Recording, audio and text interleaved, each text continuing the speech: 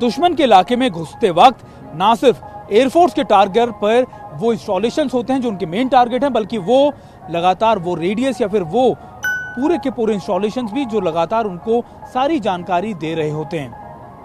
भारत ने पिछले साल अपनी खुद की एक new generation anti radiation missile develop की, जिसे ये नाम दिया गया। और ये अगर आप देख रहे हो कि आपको नजर आएगा कि ये मिसाइल ठीक हमारे सामने है, और इसको कहा जाता है कि ये भारत की रुद्रम-1 मिसाइल है। और इसकी सबसे खास बात यह है कि ये करीबन 200 किलोमीटर तक दुश्मन के इलाके में जाकर उसके बड़े रडार सिस्टम्स को बर्बाद कर सकती है।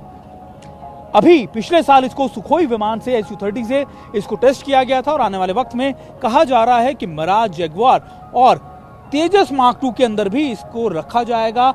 ये बहुत बेहतरीन इसलिए क्योंकि अगर इसका मार्क 2 भी डेवलप कर लेता तो इसकी रेंज बढ़ेगी, और रुद्रम-1 पहली ऐसी मिसाइल है जो दुश्मन के इलाके में घुसकर उसके सारे रेडिएशंस को या फिर उसके जो बड़े रडार सिस्टम्स हैं उनको बर्बाद कर सकती है। ये इंडियन एयरफोर्स का वर्जन है, और इंडियन आर्मी को जल्द ऐसी ही कुछ मिसाइल मिलने वाली है, जिसको लेकर उनका भी टेस्ट किया जा रहा है। उसको लेकर भी बड़ी तैयारियां चल रही हैं। लेकिन ये पहला मौका था जब भारत ने अपनी खुद की न्यू जनरेशन जो एंटी रेडिएशन मिसाइल है वो डेवलप की, और इसका सफल परीक्षण किया, और इंडियन एयरफोर्स के अंदर इसको शामिल भी कर दिया गया है।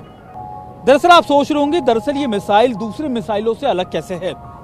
एंटी रेडिएशन मिसाइल का काम होता है कि वो उस सूत्र को, उस जगह को ढूंढती है, पिन पॉइंट लोकेशन को ढूंढती है जहां से वो रेडिएशंस आ रही होती हैं जो रडार उनको भेजता है। यानी जब एक पिन पॉइंट लोकेशन होती है जहां से रडार अपनी जो फ्रीक्वेंसी होती है वो भेजता है, और हमारे जो एयरक्राफ्ट हैं उनको लोकेट कर लिया जाता है।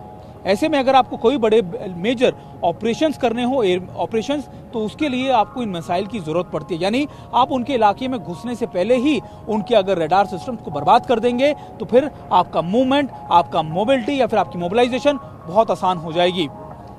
एक और इंपॉर्टेंट बात इसके बारे में ये कि भारत अब इसकी कैपेसिटी बढ़ाने में, इसकी रेंज बढ़ाने पर भी काम कर रहा है। ये वर्जन 1 है, और अब इसके वर्जन 2 पर भी काम किया जा रहा है। माना जाता है कि अगर इसका वर्जन 2 आएगा तो 300 किलोमीटर के लगभग होगा, और ये अपने आप में बेहतरीन एक आप कह सकते हैं कि खोज होगी या फिर लगातार एक बड़ी डेवलपमेंट होगी जिसको भारत ने अब अचीव कर लिया है। आने वाले वक्त में ये सिनेरियो इसलिए भी इंपॉर्टेंट है क्योंकि अगर भारत को आने वाले वक्त में एक बार फिर से बालाकोट जैसी कोई बड़ी एयर स्ट्राइक करनी हुई तो फिर ऐसी मिसाइलों का, यानी ऐसी न्यू जनरेशन एंटी रेडिएशन मिसाइलों की जरूरत बहुत ज्यादा पड़ेगी।